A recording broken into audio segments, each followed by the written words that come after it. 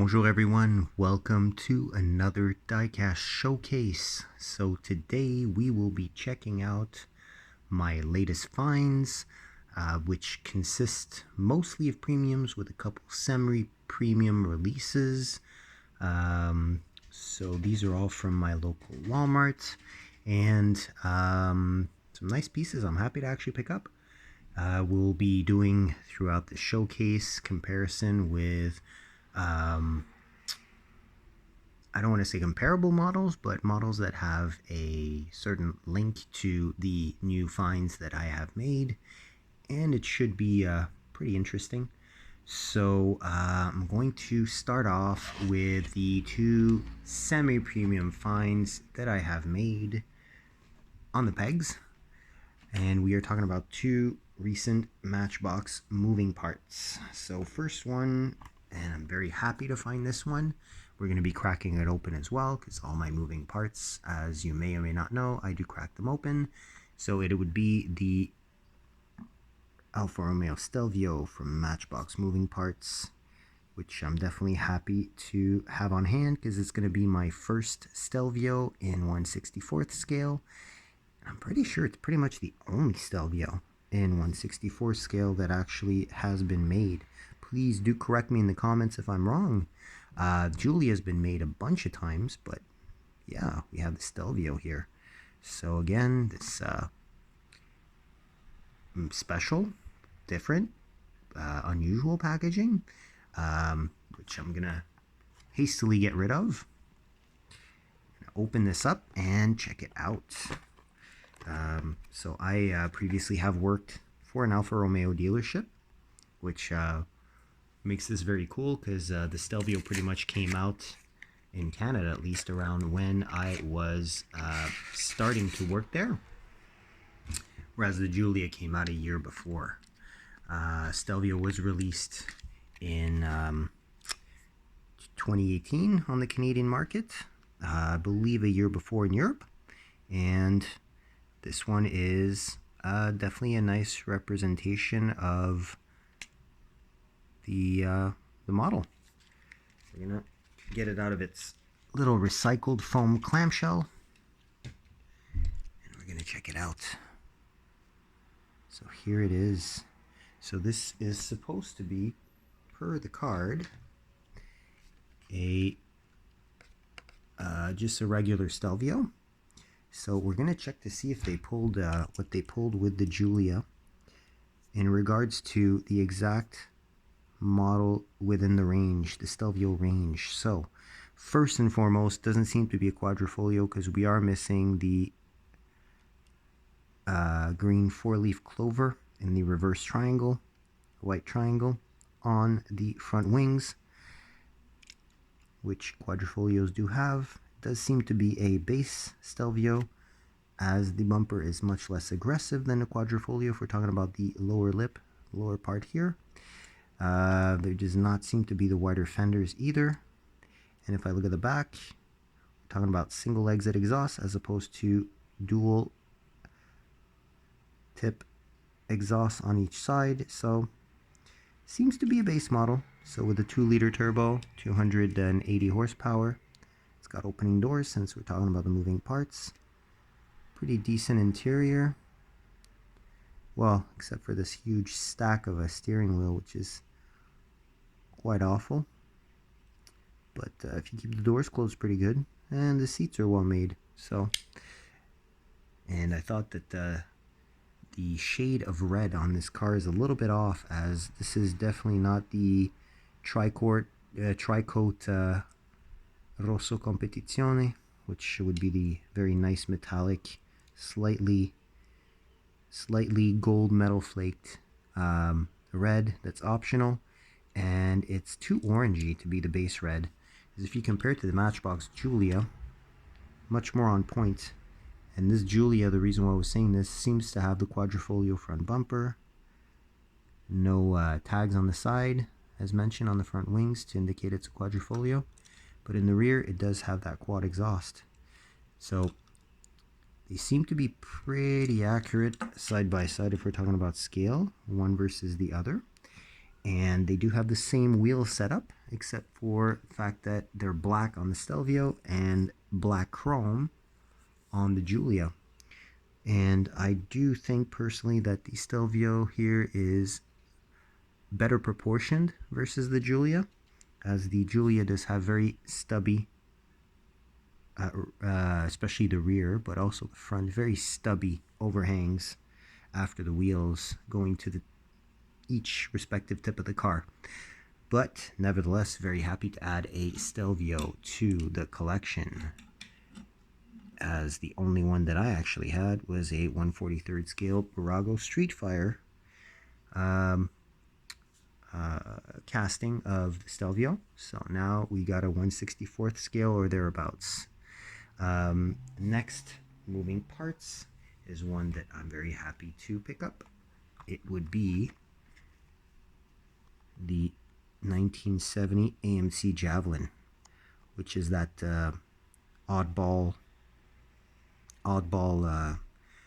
non-big three American muscle car. You know, also part of the pony car lineage of muscle cars, and a little bit of Chrysler involvement, and they eventually bought out AMC in the late 70s. So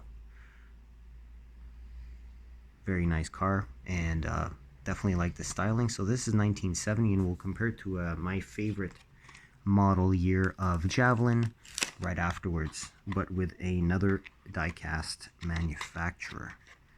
So here's your Javelin in the little clamshell, very nice mid blue. It's got the little 390 badge on the side, so 390 cubic inch V8. And let's get her out of the clamshell just to make sure that we can check this out. Oop, a little remnant stayed on the wheel there. There we go. Wow, nice one. Very nice one. It's unfortunate that they did not tampo the front, but they did do the rear. And I do like the pre-1974 Javelins for the reason that instead of having the big quad rear lights that were, in my opinion, stylistically a little bit goofy. Not goofy, but maybe a little bit, I don't know. They kind of don't look right. We've got the nice little thin lights. Now this one here, it does not have the more angular and muscular lines or fender, kind of like fender design of the 72 Plus model. This one, however, does have the opening hood and a nicely detailed engine. You can almost forgive the absence of front lights. And I mean, front lights are so easy to add. I mean, a little dab of silver here and there, and there you go. But yeah, definitely nice. You got the tri-spoke wheels, which again on older cars is something that fits perfectly well. Very nice side deco, by the way. Very, very nice side deco. Lights are well done in the back. And yeah, interior on this one's a little bit better, honestly. Even if the doors don't open, it does not have a column of a steering wheel seemingly raising from the floor. You do have a little Javelin badge also on that gloss black hood. Very nice color, very nice light blue. I thought we'd compare this one to my favorite model year of the Javelin, which would be the 1972 model, which is represented here by this nice green light version. So you'll notice the difference in between the style of the fenders as well as the cutout for the rear window, which is a little bit more aggressive on this one. It's got a little bit more of a fastback look. The spoiler is a little bit more pronounced, and it's really about that kind of like those Coke bottle front fenders, which I really like. They're a little bit more angular. You'll see this one as well has T-tops. This one does open, has an opening hood as well. Doesn't open a lot, but you can see this one though does not have the 390. It has the 401 per the badge that we can barely see on that front fender, but it's a 401. So yeah, Javelin badge is also much more on the green light, appropriate in size, and of course you get all the front tampos, whereas both have the rear, and you'll see what I mean about that rear spoiler being much more pronounced. So overall, very nice cars, very good looking muscle cars, in my opinion at least. So we've got a nice little lineup starting there. Next up, I did manage to find a couple Hot Wheels premiums, and this would be the first time since the original event of the Hot Wheels Premium 2-packs that I managed to pick up a full wave. Not just because I have never found full waves before, but they're 3 waves that have a casting I absolutely needed in a colorway that I absolutely like. So, without further ado, let's check the first one. Going to the roots with some JDM goodness. I did manage to pick up the Mazda twin pack here. We've got the Pandem FC RX-7 as well as the NB Mazda Speed MX-5. That's the one that I actually wanted because of the fact it's a new casting that came out on Boulevard in red. And what I find really cool about this little tidbit, the Mazda Speed MX-5 was only released in 2 colors, which would be a ruby red metallic as well as a dark gray metallic. Funnily enough, this is a second colorway in dark gray metallic, whereas the first one was in a ruby red metallic. I do love the card art. It looks very cool. Kind of looks like they're in the LA Trench. Now this one I already have through the Ronin Run singles, and it's the only one out of the Ronin Runs I actually picked up. So basically I did try and spot a difference in between this one and the one that I already have. Unfortunately, the only difference that I actually saw is that the Toyo Tires banner that's on the bottom of the door is straight if we're looking at the body molding, whereas the one that I have on single card, well, that one's crooked, as you can see. So this one is going bye-bye, trade, sale, whatever, and we're gonna keep this one that's just got a better QC overall. So we'll go ahead and put this one in the back here. And the last one of this wave, which you've seen this one that I've opened already and replaced the red Sierra Cosworth with the white one out of the Canyon Warriors. We've just checked out the Mazdas, and of course now we're going to be checking out the Overland pack, for which I absolutely needed this Land Cruiser Prado. Did not find it in the Car Culture set where it was released in silver with some tri-tone blue side decos, and you've got this one that's got like kind of like the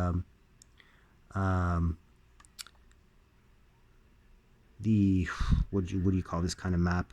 Geology map, I guess, type of map, or elevation type of map. Either way, it's definitely looking more modified as opposed to kind of like Gulf spec with the retro style side livery. It's very nicely done. Tampos are good.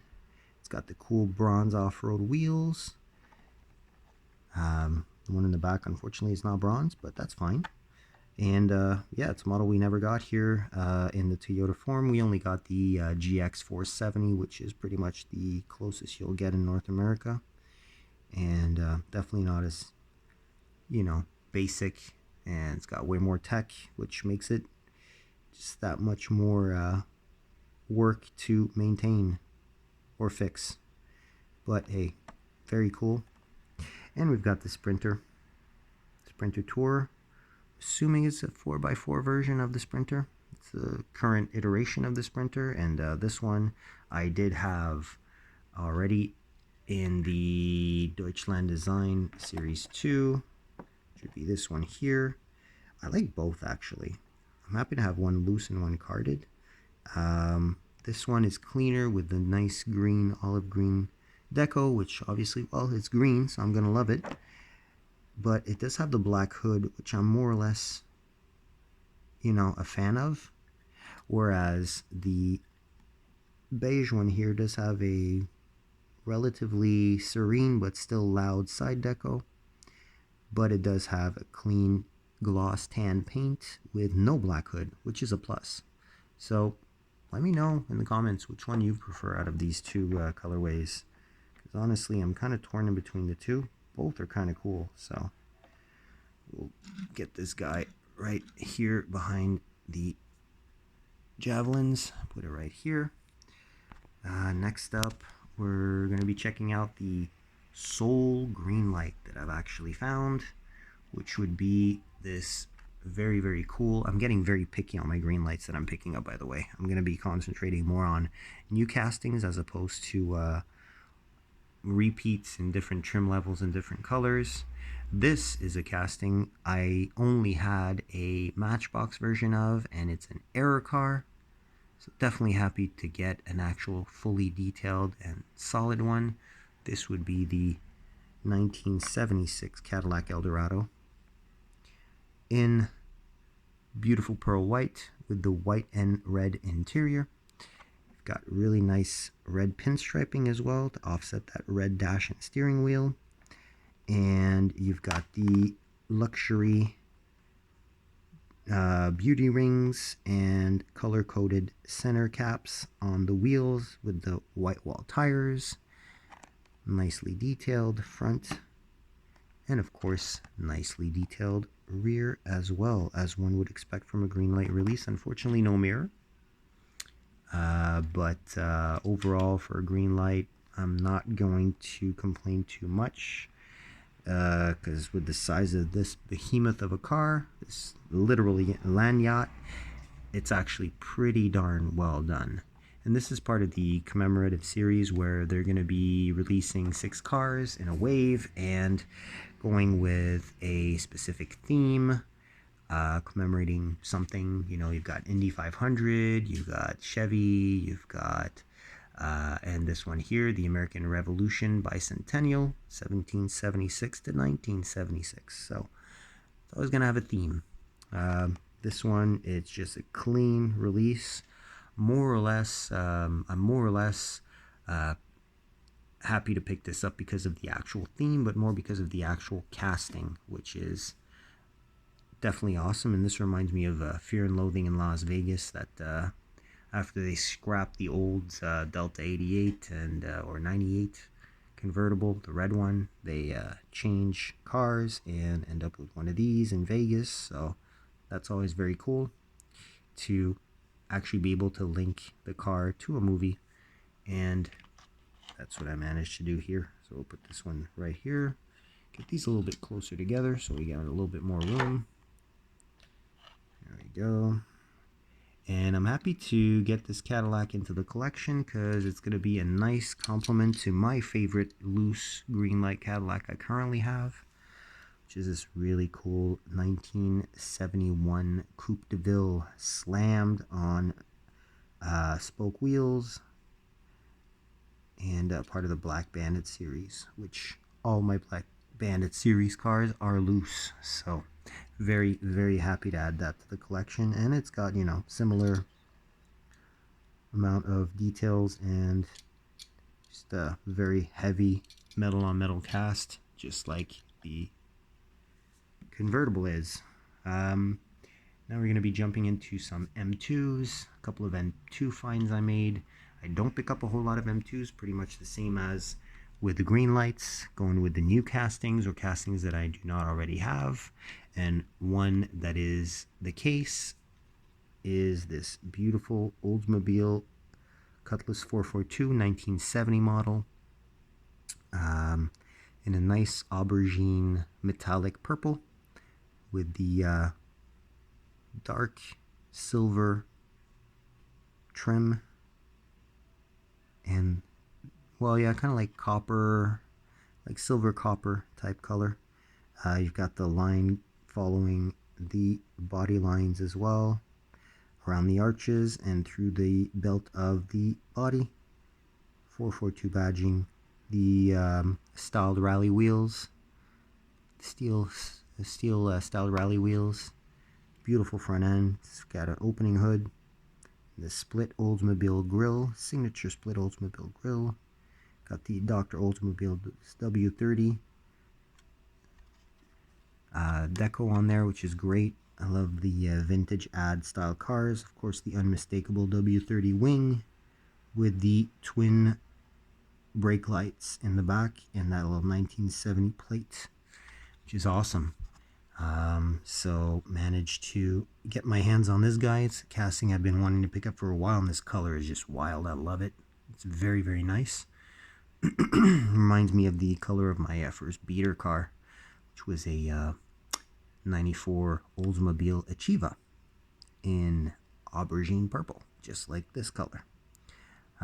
Definitely not a V8 muscle car, but it did have the 3.1 V6, and I did beat the crap out of it. And had I not, went over a curb, I probably would have lasted longer, although it had a lot of repairs to get done. So, a very cool car, very, very cool car. And I thought it would be a good opportunity to compare it to a Hot Wheels mainline. This is a thrift store find that I slightly detailed. Pretty much similar color wave, except instead of being a grayish copper, we're talking about gold line. You can see it better here following the body belt. Same 442 badge. It is also a 1970, maybe a 71. Similar grill and lights that I detailed up. The turn signals are done and the little vents. Did the door handles. And I did the rear as well, which now looks pretty much like the aforementioned M2 version. And this has a big hoop wing, which is always very funny. And I decided to make the PR5s simple 5 spokes, and in the middle, where you'd normally have the split between the twin spokes, I put a little gold insert to match the decorative pinstripe on the side. So yeah, it's a nice one. It's not perfect. If we're talking about the condition, a lot of pinning on the on everything that's chrome, but just gives it a little bit more character, like kind of like an unrestored but modified look. So, and last piece that I managed to pick up, actually we'll put these right over here. These right over here, yeah. This. There we go. So yeah, last piece that I managed to pick up. I'm definitely happy about this because it was actually in my shopping cart at a for a local online diecast store. I won't have to, and despite it not being cheaper than the one that I found in store, well, I found it in store, so there you go. It would be, oh, got a catastrophe going on there. Let's move these over a little bit. I'm going to need some more room anyways for this final piece. It's a little bit more of a lengthy one, let's just say. So let's put this over here. But yeah, it would be this really cool M2 box set. The haulers. So we've got the Chevy 1973 Cheyenne Super 50 dually with the utility rack in the back. Nice sky blue or robin's egg blue with the white detailing, with the really cool GMC Sierra Grande 15 utility truck with the same type of setup, but in a nice, not quite pastel, but let's say mandarin orange with the white detailing. You got the dually wheels on the back of each. Love the rims on the Chevy, and I just needed to get my hands on on the dually. So far, the only one I had found was the Pan Am set, which I wasn't super fond of. This one though, since there's no actual anything besides Chevy and GMC. That's what I'm looking for. And another addition to the hauler sets, the square body hauler sets from M2, which starting to have a nice little collection of, and they're definitely sets that I enjoy. So that will be the occasion to actually show off my favorite M2 square body that I currently have in the collection, which would be this guy right here, the Walmart exclusive NHRA 1973 Cheyenne Super 10. So same model as the dually, same model year as well, but without the hood, twin turbo LS, and a big graphic on the back. And this is a commemorative NHRA 70th anniversary model, which I find great. Nice drag setup, and it's the kind of thing you'd see, on features from 1320 videos and things of that nature. So definitely it's a nice compliment. Maybe I'll open the setup if we're talking about the box set just behind us.